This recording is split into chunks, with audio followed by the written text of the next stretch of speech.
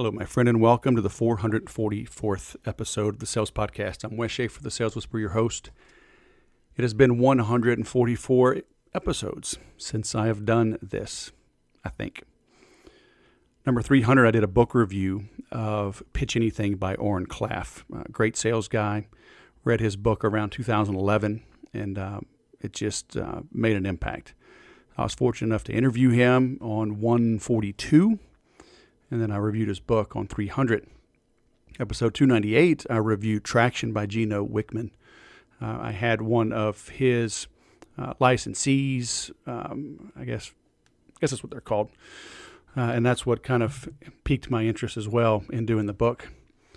This one that I'm doing is the book's, I don't know, let me pull it up here. I want to say it's from 2005, but it's called Deep Survival. 2003.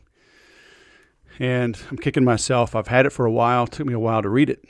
And took me twice to really finish it and internalize it. And so we're going to go through this because now is a good time with this coronavirus. But the reality is it's always good to be a survivor, to know what it takes to really survive. This opens up with some language, really one word, but in one spot, and it's the word. So if you've got little ones listening, if you don't like the F word, you've been warned. Maybe fast forward a minute or two, but it's worth reading. It's worth hearing, as it is. In the middle of Kylie's night of horror, Adams got on top of Meg, who was near death, covered with sores and horribly infected wounds. "Hey, lady," he said, "I think it's about time you and me had sex." When she started weeping, Adam screamed, "Fuck you, fuck you. I'm tired of playing games. I'm going back to the 7-Eleven to get some cigarettes." Then he, too, slipped over the side. Soon, they could actually feel the sharks eating Adams beneath the dinghy. The bow lifted up, then dropped back down, Kylie reported. The dinghy spun around. I was paralyzed with terror. Years later, Kylie told me, "That is the only time in my life I felt like I was just walking down that fine line of sanity. Here's Mark. He's overboard. The sharks are eating him. Meg's dying. It's in the middle of the night. And it's the first night that the stars are out. It was just very haunting." Noticing the stars, the beauty of the sky, was a significant sign of strength. For although Kylie walked the line, she did not slip over it, as Lipeth and Adams had done. Instead, she continued to struggle, to consolidate her inner strength, to adapt and survive. A crucial moment for all survivors comes when they become convinced that they will survive. Often it occurs after a spiritual experience of the beauty of the world. When I was out there and people started to die, Kylie told me, I knew that I wasn't going to die. It was just a matter of figuring out how. So that's from Deep Survival by Lawrence Gonzalez. Deep Survival: Who Lives, Who Dies, and Why. This book was brought to my attention a long time ago. Like I said, when I hear something interesting, I typically just buy it, and then I get to it when I can. I've got a big bookshelf, things I will get to, I need to get to. This one I do wish I had read earlier, but better late than never. I have highlighted so much of this book, I could literally go on forever. I'm going to do my best to consolidate it, pull out the excerpts, pique your interest. Recommend you get the book. But the reason I say it's important now as we go through this coronavirus, this is different than the 2008 financial collapse. It's different from 9/11. Okay, it's different from the dot-com implosion. It's different from the S&L crisis in the 80s. It's different from the oil lines, in the 70s. Because this, I think, this coronavirus and our reaction to it is man-made. The the virus itself seems to be made in a lab. I'm not saying it was released on purpose, but it seems to be, because, scientists, nations are always testing things, so I get it. Was it sloppy, and how it got released? I don't know. But our reaction to it, I've been tracking some of the trackers, and the experts are so horribly incorrect. I literally stopped tracking them. It's amazing. It's amazing what these experts, so-called experts, have done. It's amazing what governors and mayors and county health commissioners, such as Dr. Cameron Kaiser of Riverside County, who I called out publicly for the snitch app. Bill de Blasio is making a snitch app in New York City. Fortunately, people are shutting it down by sending dick pics and other things, which I find awesome, to tell you the truth.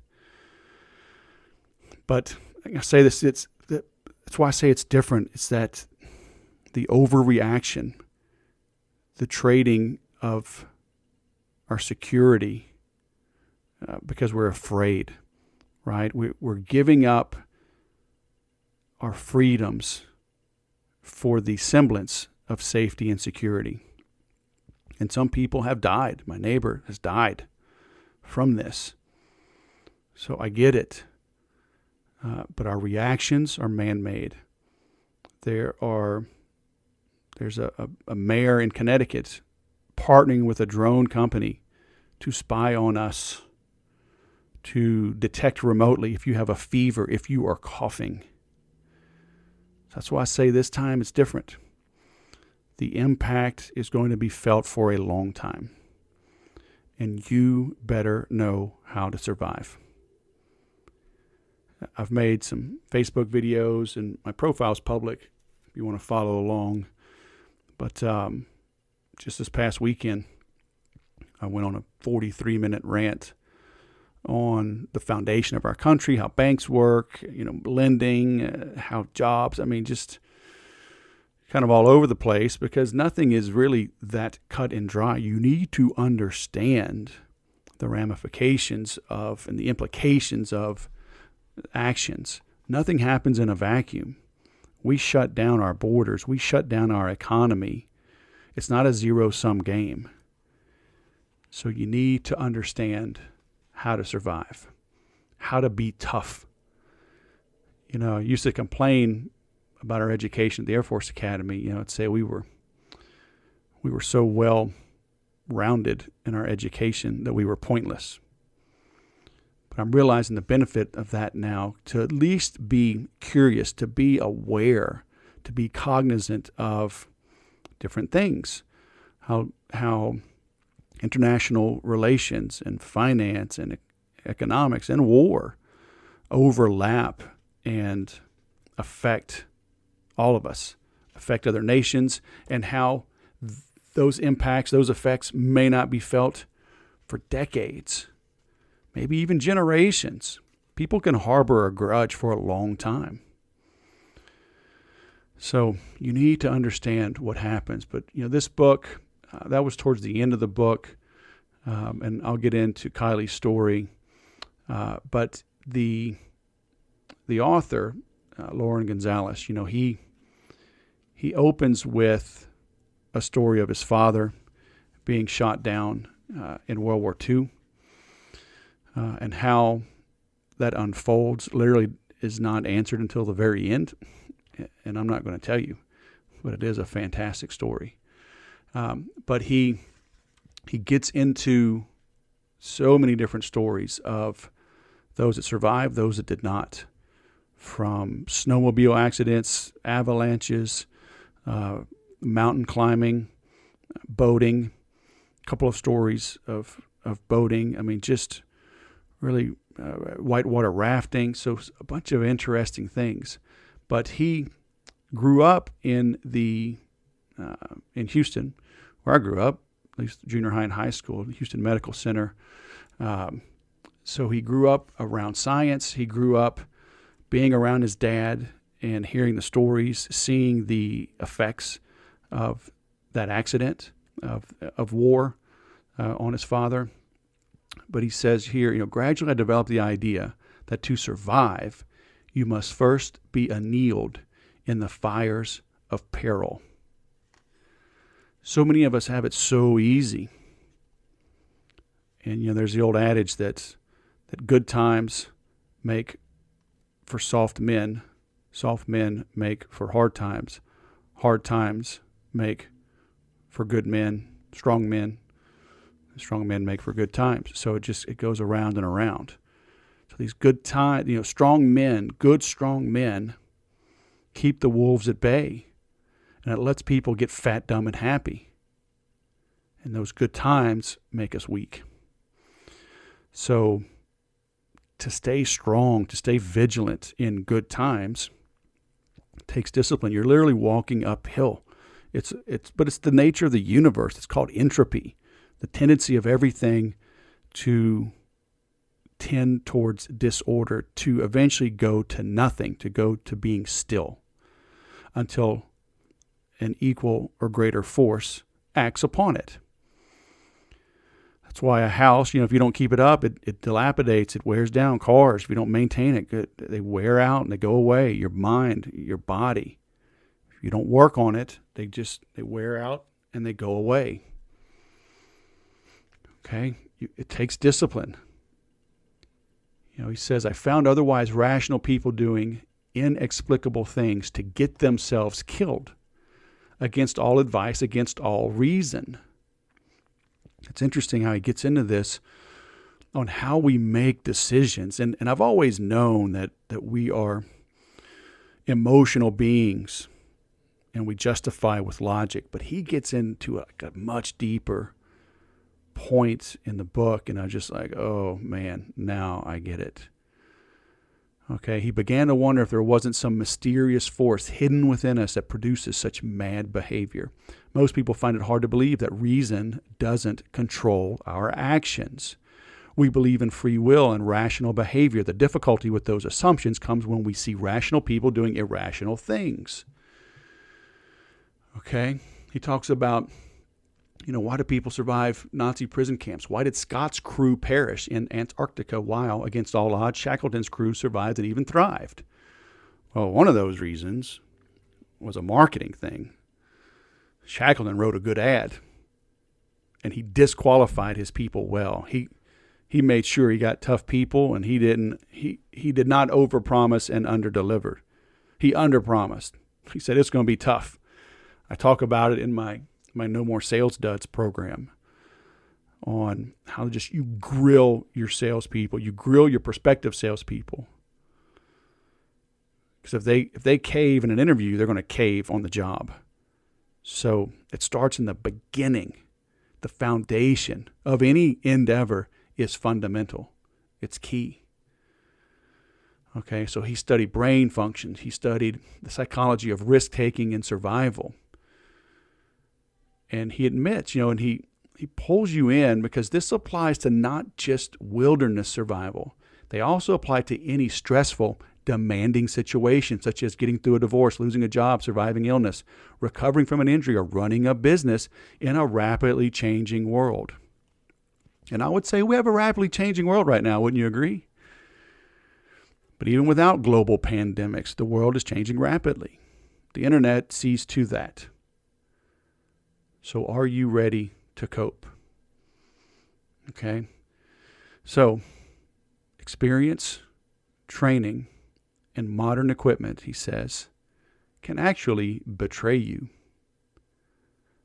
He even tells a story of somebody just taking a wrong turn because of their GPS and getting into trouble. Some people dying because even though they can see there's no road there, people take a right turn.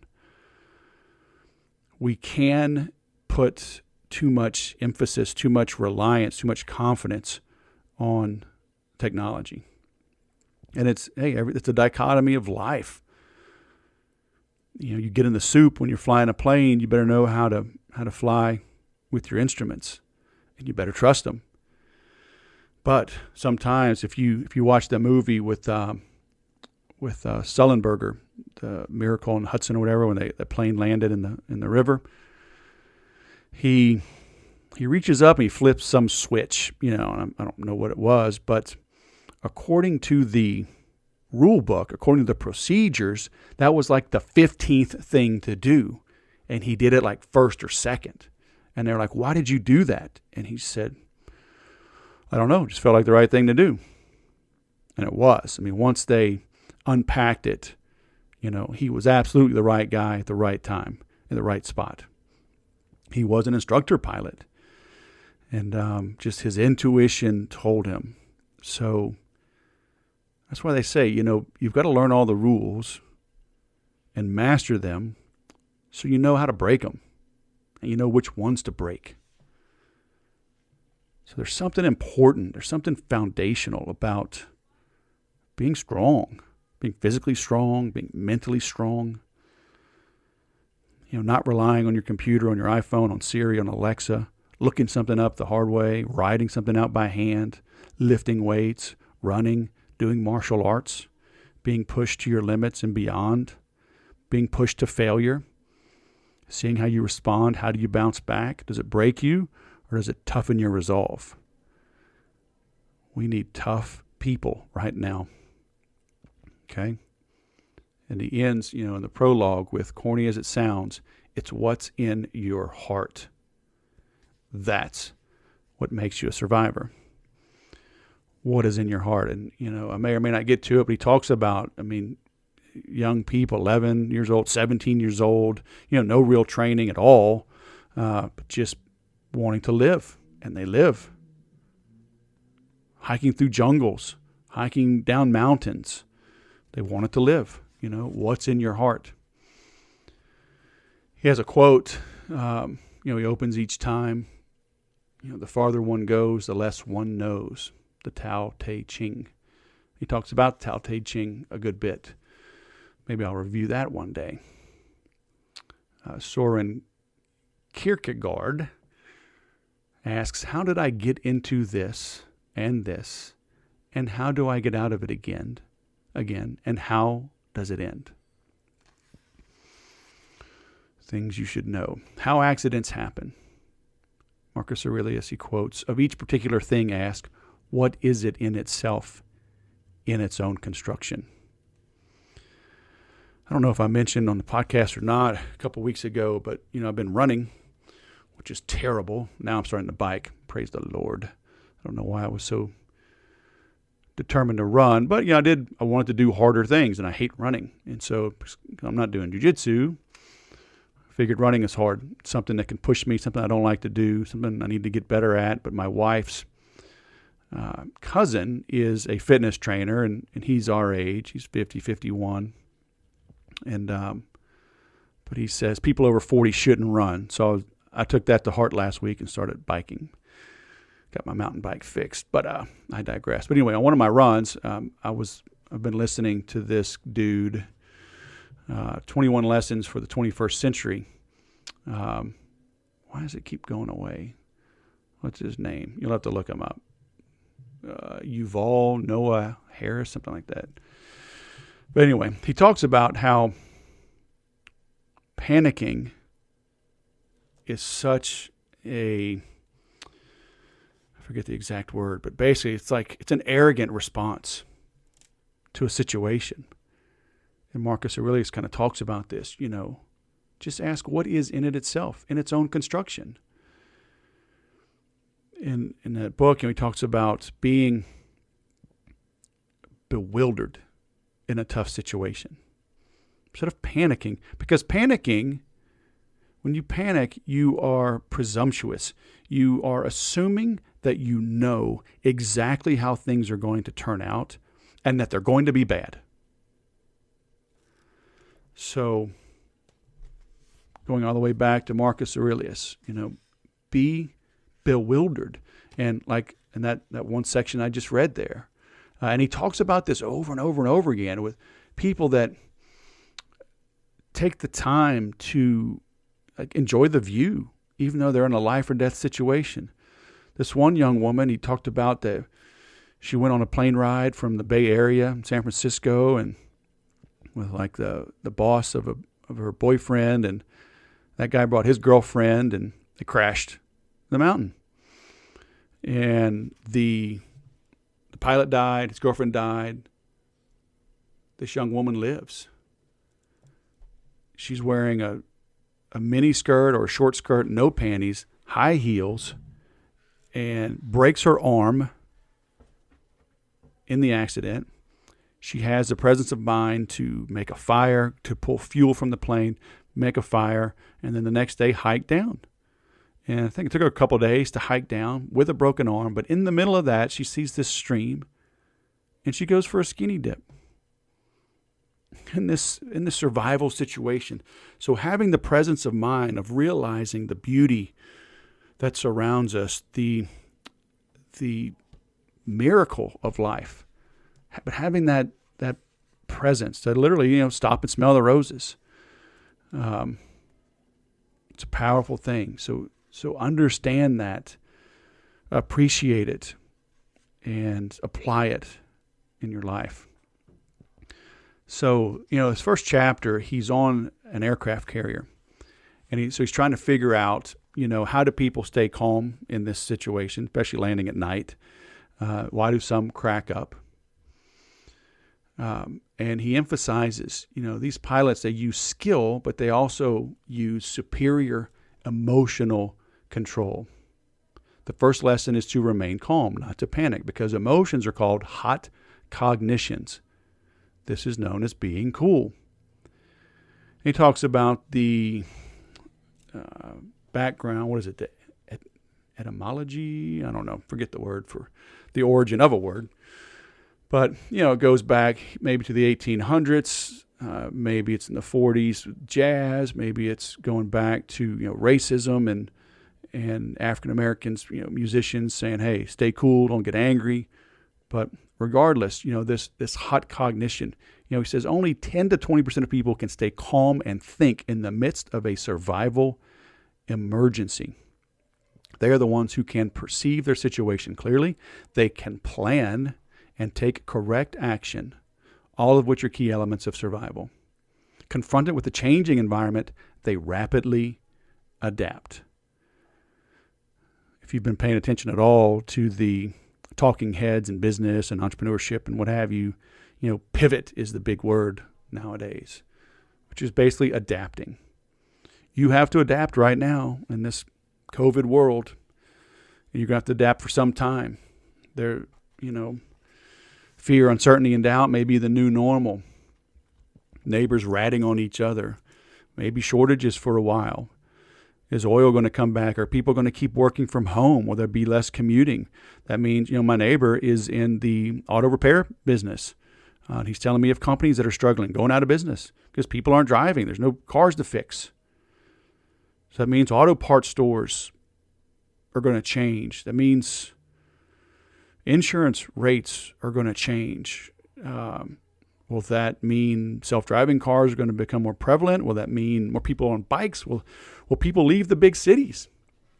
If they can telecommute, then and we notice, right, the bulk of the sicknesses and the deaths are in these tight cities. Manhattan, is so densely populated. My little town of Murrieta, we have 5% of the density of Manhattan, but yet we're under the same rules.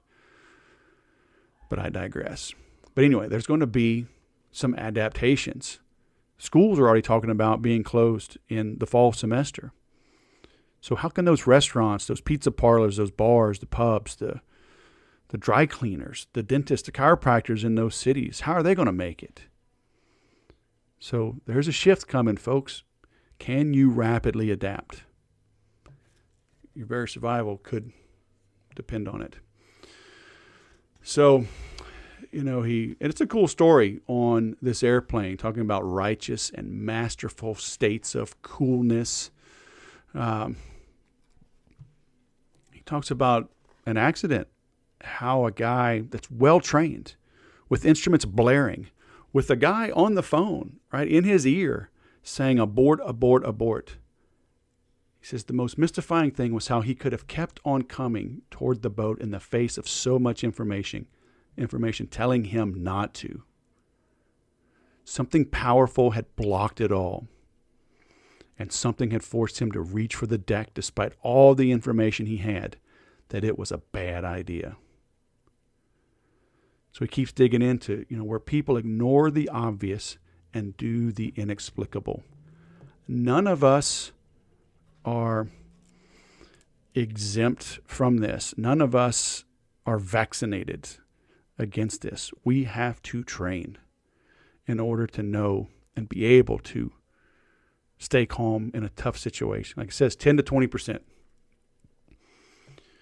You see it all the time when people freak out all around you. He gets into why there's that dark humor in military, in police, in any tough situation. That humor can break the ice. It can keep us from focusing on just how bad something might be. Right? Because the instructor, the commander that he's with, he says, you're sitting there sucking oxygen. So we're talking about these pilots coming in. You're sitting there. Oh, I'm sorry. Let me go back. So he said, it's like walking into a closet. You're going to go right off into a black hole. So, right when they launch, you're sitting there sucking oxygen, and you better have a plan. Because if you don't, you're screwed. And then you're fucked. There's helicopters, 2 helicopters orbiting. They're orbiting because you may have an issue when you launch, you may have an issue when you land, and you got to eject. So eject at night in seas with an aircraft carrier, sailing away from you or towards you. So you're strapped to this big, basically rocket filled with highly combustible fuel, jet fuel, and bombs and bullets. It's you better be ready. Right? But if you focus on all that, you're going to freak out. You won't be able to do your job. So he says the first rule is face reality. Good survivors aren't immune to fear. They know what's happening, and it does scare the living shit out of them. But it's all a question of what you do next. So when he goes through this briefing, he talks about how they use catchphrases and different terminology for the things. But again, you don't want to freak them out, because what he says, what psychologists would call their high state of arousal, nothing too complex was going to get through anyway. So this dark humor gives them the ability to look death in the face and still come up with a wry smile. In a true survival situation, you are by definition looking death in the face. And if you can't find something droll and even something wondrous and inspiring in it, you are already in a world of hurt. So when you see people making comments and jokes and whatnot about COVID and whatever, it doesn't mean they're heartless. Maybe it means they're a survivor. Maybe it means you need to lighten up, Francis. Maybe you're holding on too tight. And maybe that's a bad thing for you and everyone around you. Okay? He quotes several times Al Siebert, a psychologist and author of The Survivor Personality. That survivors laugh at threats. Playing and laughing go together. Playing keeps the person in contact with what is happening around him. To deal with reality, you must first recognize it as such. All right? So he talks about how these pilots, they rarely talked earnestly about the risk this close to flight time. Right? It's go time. You can't be analyzing all this. The risk. You're either afraid of it or you're not. And if you're going to go do the job, just go do the job. You can't be worrying about a little bit of everything, right? Fear is good. Too much fear is not. Okay? So having that internal language, the slang, that dark humor, the insider joke, all right, it's a good thing. You can't be focusing too much on all the complications. It's like he says, taking off is optional, but landing is mandatory. So once you commit to taking off, you better have a plan to bring it back. In these deep, intense moments, they say your IQ rolls back to that of an ape. Is that happening to you? Are you saying stupid things? Are you doing stupid things? Are you thinking stupid things? if you're stressed out right now. And I would say if you don't have a plan, if this is all hitting you by surprise, and look, the lockdown and all it is, but I'm fortunate. I've worked from home since 2000, summer of 2000. I worked for myself since early 2007. I've been doing what I do in this pretty much exact role since 2008. I have residual income. I don't travel on purpose. This is impacting me because I can't do jujitsu 6 times a week, and I can't go to church on Sundays. Other than that, we've homeschooled for 12 years. So it's not like I've planned for a lockdown, but it's, I've worked out from home as well. I've had home gyms. I've got kettlebells and bands. And so it didn't hit us as hard. Okay. So, but if you don't have a plan, you're just going to get screwed. Okay. And when everything's coming at you at once, you need to recognize that and simplify things. If it's overwhelming you, take a time out.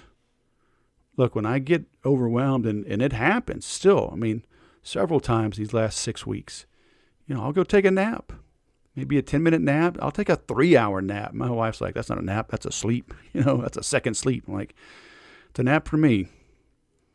So sometimes you need it. Okay. So recognize it. Recognize when you're at your best. Maybe it's 4:30 in the morning. Maybe it's, 10:30 at night. But optimize what you're doing, your schedules, so you can do your best work when you need to do it. Okay, but just understand if things aren't making sense, if you're flustered, whatever, it's normal, it's natural.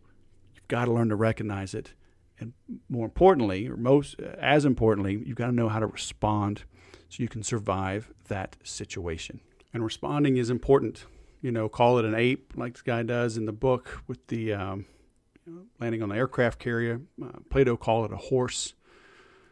But Plato understood that emotions could trump reason, and that to succeed, we have to use the reins of reason on the horse of emotion. The intellect without the emotions is like the jockey without the horse. And so, he talks about, I skipped over it, but talks about, emotions and logic, and it's like being a jockey on a powerful horse. Inside of the chute, it's a dangerous place if that horse gets crazy. The jockey's got to be able to control it. But conversely, the best horse probably is not going to win the race if the jockey falls off. Yeah, he's lighter and whatever, but it's not focused. It's not driven the same. So you need to have both. Okay? Talking about flying, he says, when you walk across the ramp to your airplane, you lose half of your IQ. So that was his father talking to him, after the war. So how are you controlling your emotions? How are you tapping into your brains during stressful situations? And we're in one. And this whole COVID thing, it's not going to end for a while. He says in the book, fear puts me in my place. It gives me the humility to see things as they are. I get the same feeling before I go rock climbing or surfing, or before I snap on my snowboard and plunge off into a backcountry wilderness that could swallow me up and not spit me out again. And you think that's dramatic, but people all the time die in oceans.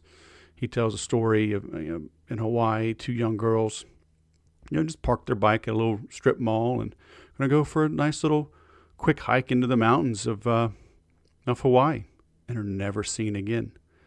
And some of their rescuers are lost as well. He talks about how there's big cliffs, thousands of feet above the water, overgrown with vines and stuff. It looks like you're walking on solid ground, and you're not. People just vanish. We take so much for granted in this first world.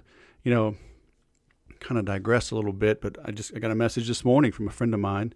He is a pastor in the Middle East. That's all I'll say. He said I could share a story, just keep the specifics out. But he calls this a wealthy world reaction, how we are responding to this COVID-19, how we're shutting down, locking in, self-quarantining. And, don't you quarantine the sick?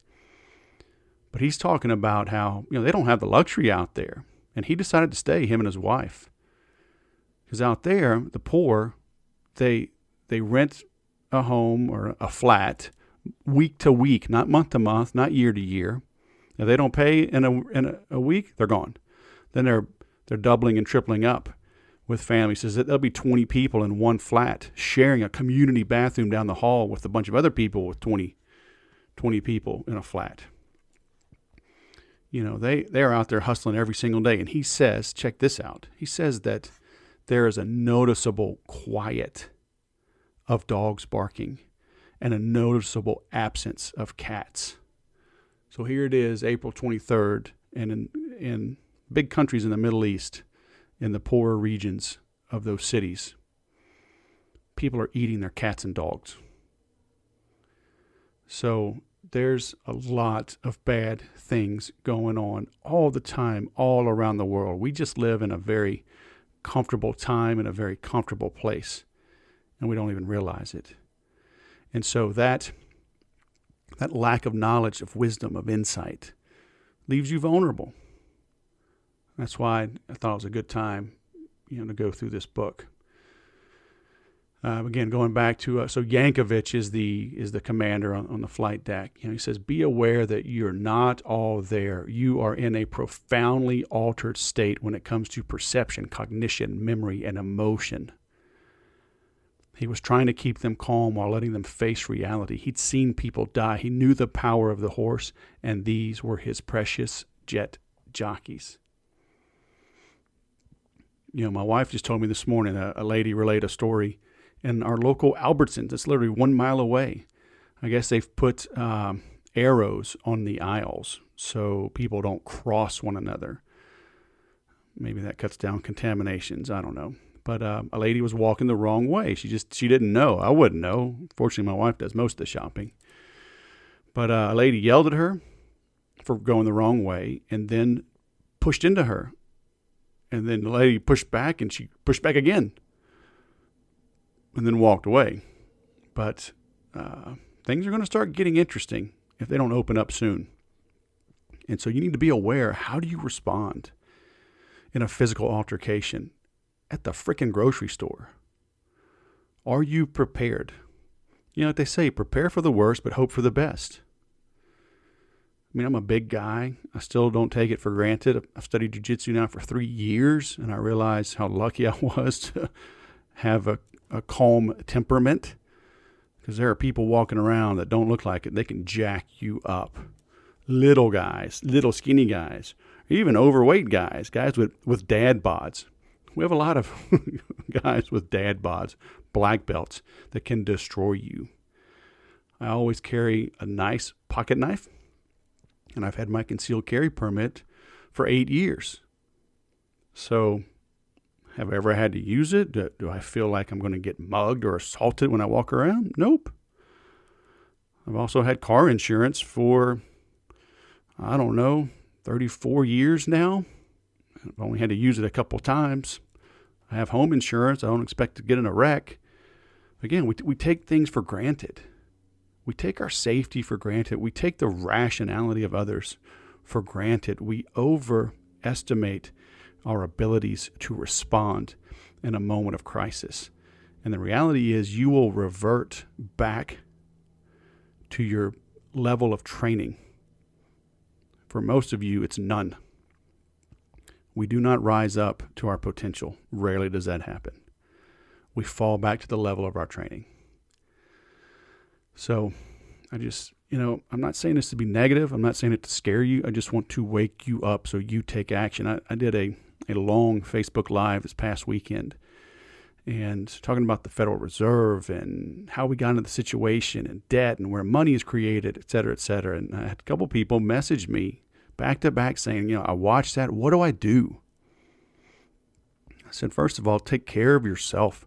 Prepare yourself. Jordan Peterson, you may like him or love him or hate him. I like the guy. I like his message. But, one of his core messages is clean your room. In other words, control what you can control.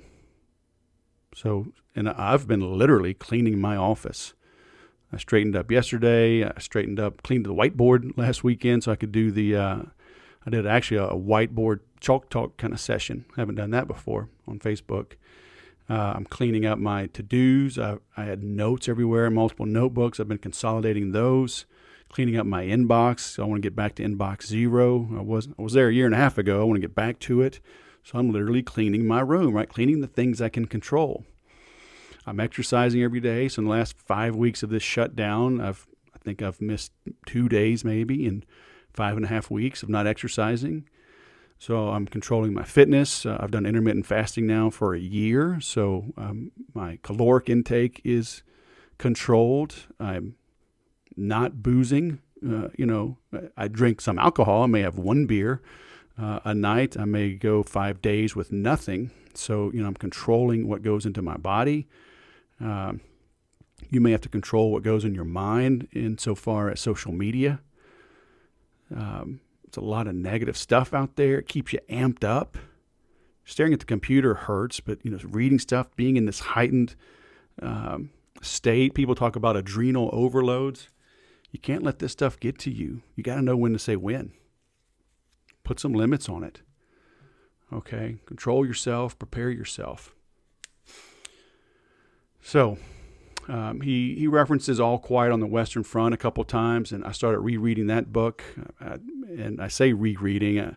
I think I read it in high school. As I read it now, I don't feel like I know any of it. So I'm probably just reading it.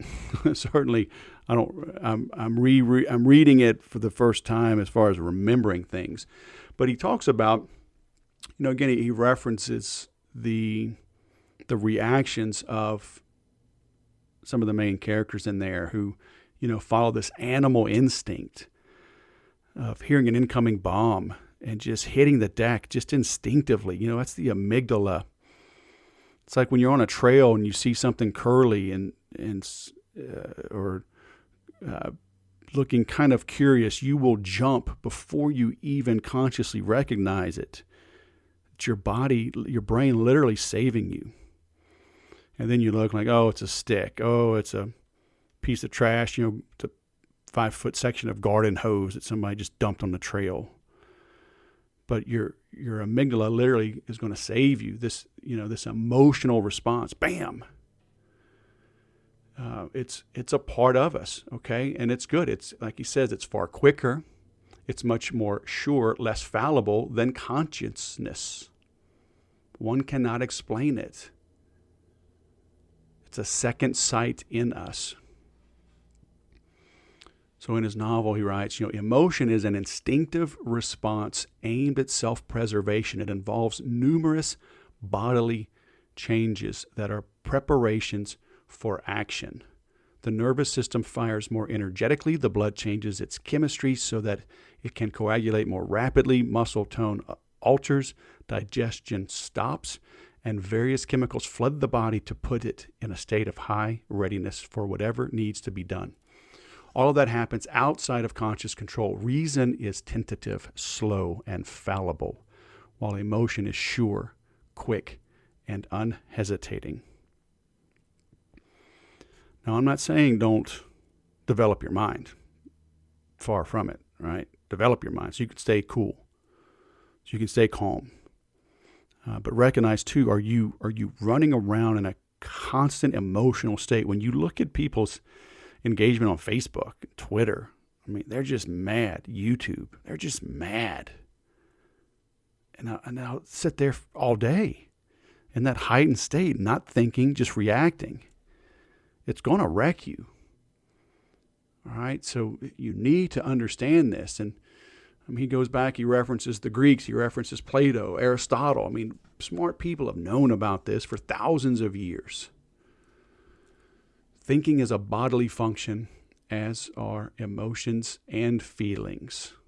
They're all bodily functions. He references Antonio R. Damasio, points out his best-selling book on the brain, Descartes' Error. I think, therefore I am, has become I am, therefore I think. The brain is the only organ that has no clear function. I had to go back and read that. What? It makes you breathe, but it's not part of the respiratory system. It controls blood pressure and circulation, but it's not part of the circulatory system either. The concept of body has no meaning without the brain and its extensive network of projections that reach to nearly every cell. As an eminent neuroscientist, Damasio is as qualified as anyone to define the brain, and he calls it an organ of information and government. He put the word organ in quotes because it's not exactly an organ either. Very interesting, huh? So, how do you adapt to the world? He talks about the process continually reshapes the brain by making new connections. Are you pushing for new connections? Are you staying in your lane?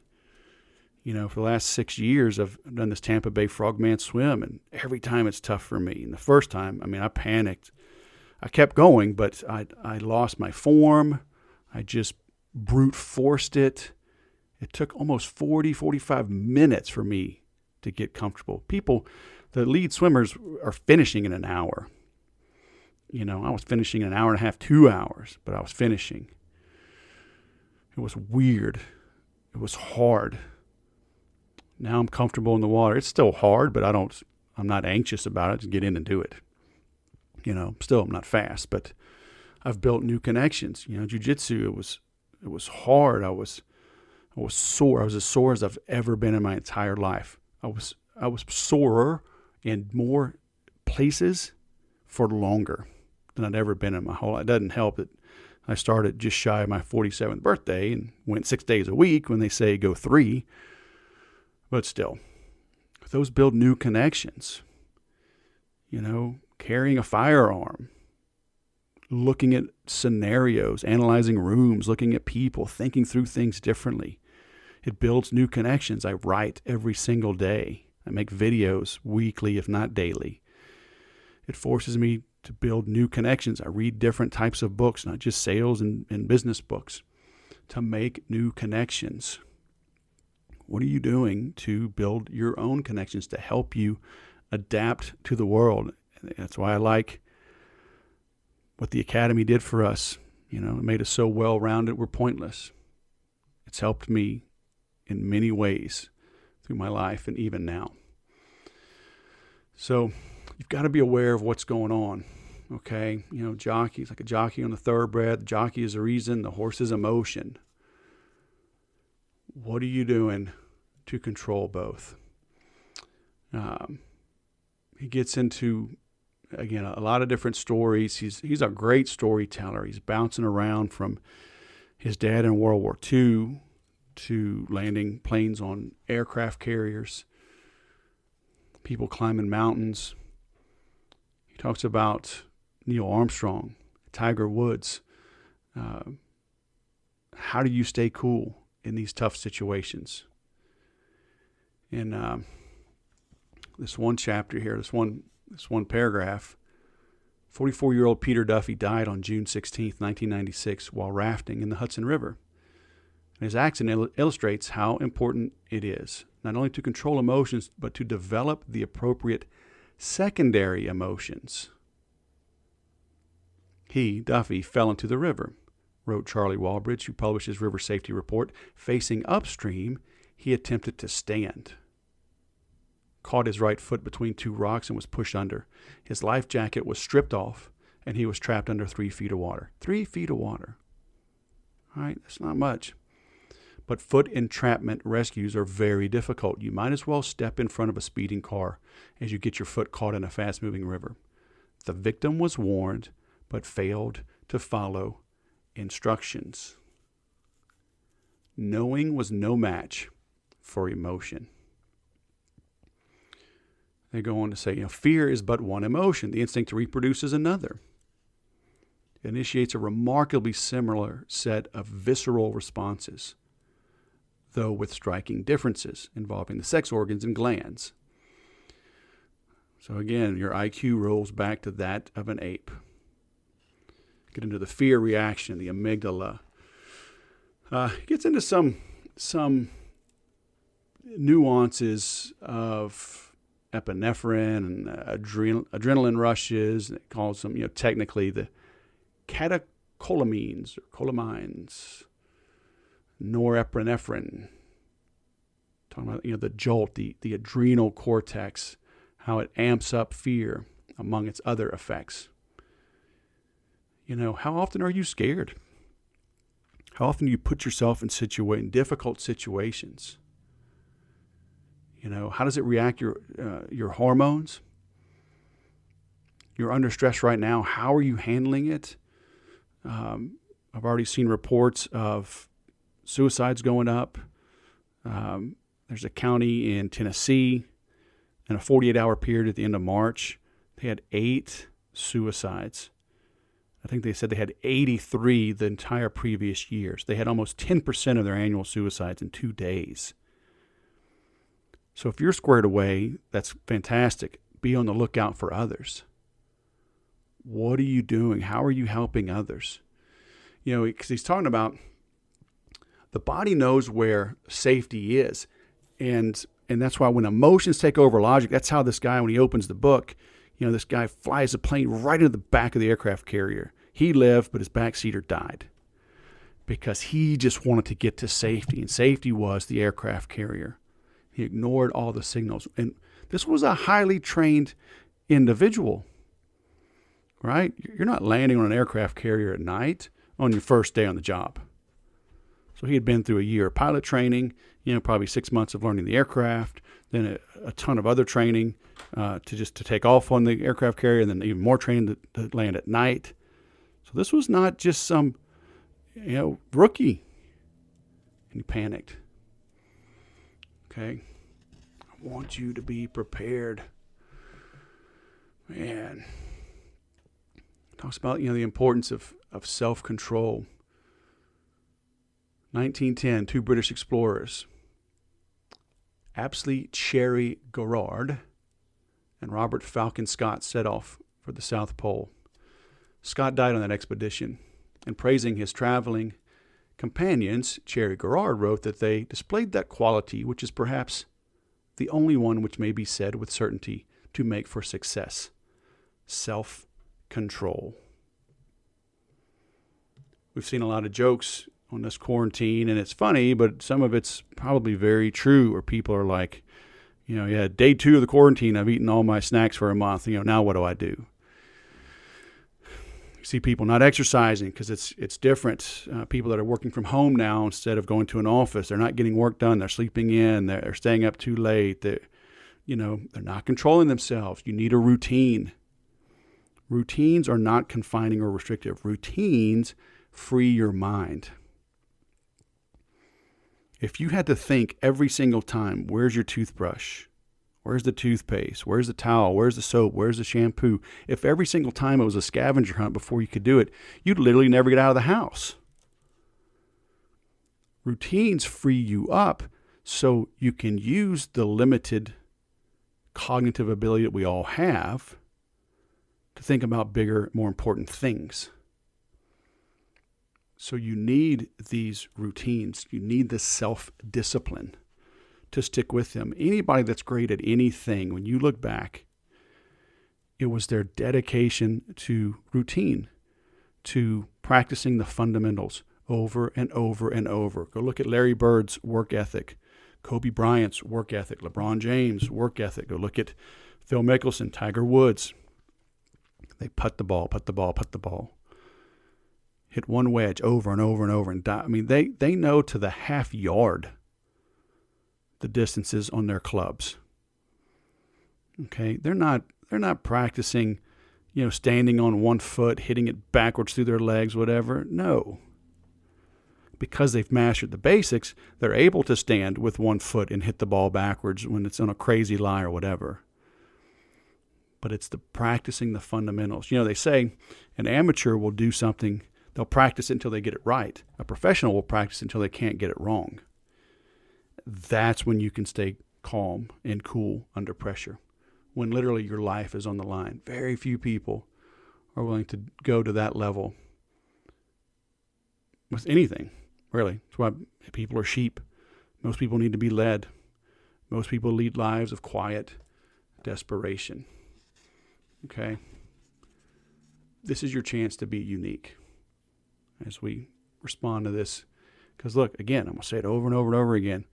Just because states open up the lockdowns doesn't mean this thing's over. Not all states are going to do it at the same time. My state of California, this may drive us to move away from the state. Been here 15 years. My wife's from here. Her whole family is here. But if they lock us down, continue closing schools, it's going to get bad. So, are you ready for the rebound? And by rebound, I should say the reemergence. There's going to be more fear. They're going to keep pushing it around. The CDC's already saying, the second wave could be worse than the current. These people, I think they are so full of crap. I think they just want to be in control. They want to be in charge. So what do you do when there's somebody trying to control you? How do you respond? Better get some self-control. Better clean your room. Better get in shape. Better get your finances in order. Better learn how the game is played. That's why, you see things like Harvard getting millions of dollars. You see Ruth's Chris Steakhouse getting $20 million. All these big companies, big entities get money while the little guys struggle. Now I just read an article. A lady has 2 spas. I think she's up in Washington State. But now the federal government is paying $600 a week for 4 months on top of the normal unemployment. So hourly workers are literally making more money being home. And for this lady to leverage these forgivable loans, she has to use the money for payroll. But her staff don't want to come back to work because they're making more money being at home. Talk about the law of unintended consequences. The government's too big.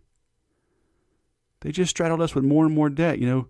There was like $250 billion and then $2.2 trillion. Now they just passed another $450 billion. So we're pushing $3 trillion, 25 million unemployed in a matter of like 5 weeks. There's going to be more pain. So get ready. Get your finances in order. Learn how the game is played. Learn how these banks and mortgage companies and whatever, credit card companies, want to keep you in debt because they know morally you're a good person and you'll let them worry you to death. Learn how to negotiate. Okay? To deal with reality, you must first recognize it as such. And as Siebert and others have pointed out, play puts a person in touch with his environment, while laughter makes the feeling of being threatened manageable. The fact is, you have to deal with these things to the best of your ability. If you don't work with it, it'll get you. So, have some fun. Moods are contagious, even in dark times. I'm always the one cracking things up. Sometimes it gets me in trouble. Sometimes it's inappropriate, but 99% of the time, I'm the one you can count on to lighten the mood, keep things going, keep us going. So, play is important. I've had more fun in life these last 3 years, carving out 2 to 3 hours a day of jiu-jitsu. It's something that's fun. It's hard, pisses me off. Every day I get beat on something, but I learn. I think if one of the good things that could come out of this COVID thing is people, spending more time with family. We've literally had more family meals during this time in 5 weeks than we've had in 5 years. Doesn't hurt that my oldest broke up with her boyfriend, so she's around more. But even that, she's present, and the girls are having fun together, and we're going on walks. They go on bike rides. They go jogging. They're doing yoga together, other exercises. They're baking. Doing puzzles, watching shows. So, we're not commuting back and forth to school, racing to soccer practice, racing to volleyball practice, racing to all these other things. So we're able to play a little more. So don't make time for play. Make time for work. My sales training courses, I show people my schedules, and, we've all allowed work to just take over. And we're busy. Oh, I'm so busy. I'm doing it for my family. I'm doing it for my wife. I'm doing it for my kids. No, you're not. You're doing it for you. You're doing it for society. You've been brainwashed by the propaganda and you've allowed it to take over. You think it's normal. You think it's what smart people do, what responsible people do, and it's all a lie. I schedule in my life first, and then work gets squeezed in around it. Oh, Wes, well, you have that luxury. You work for yourself, blah, blah, blah. Listen, I was doing this a long time ago. I learned a long time ago I don't have to answer my phone. Okay? And even if I did, I didn't have to go deep into a conversation right at that moment, because I get it. Sometimes, you're in business. Maybe you got to take the call. Real estate, that's a big one. The first person to respond usually gets the deal. But you're not always in a great spot to talk. So, answer the phone. Hey, it's Wes. Yeah, I'm calling about that property on 123 Main Street. Oh, yeah, that's a great property. Let me check if it's still available. Can you give me 1 minute? Oh, what's your name? John Smith. Is this the best number to reach you at? Yeah. Okay, give me 1 second. Oh, let me check with my coordinator. I'm walking into a closing right now, or I've got to call a client back. I thought I was waiting on a call from my client. I thought you were them. Can I give you a call right back as soon as I get off the phone with them? Oh, yeah, sure, no problem.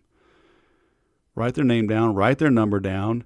If nothing else, just give yourself a moment to put yourself together. Pull up the listing, see what's going on with it, see if there's any provisions or stipulations or, whatever, mitigating circumstances.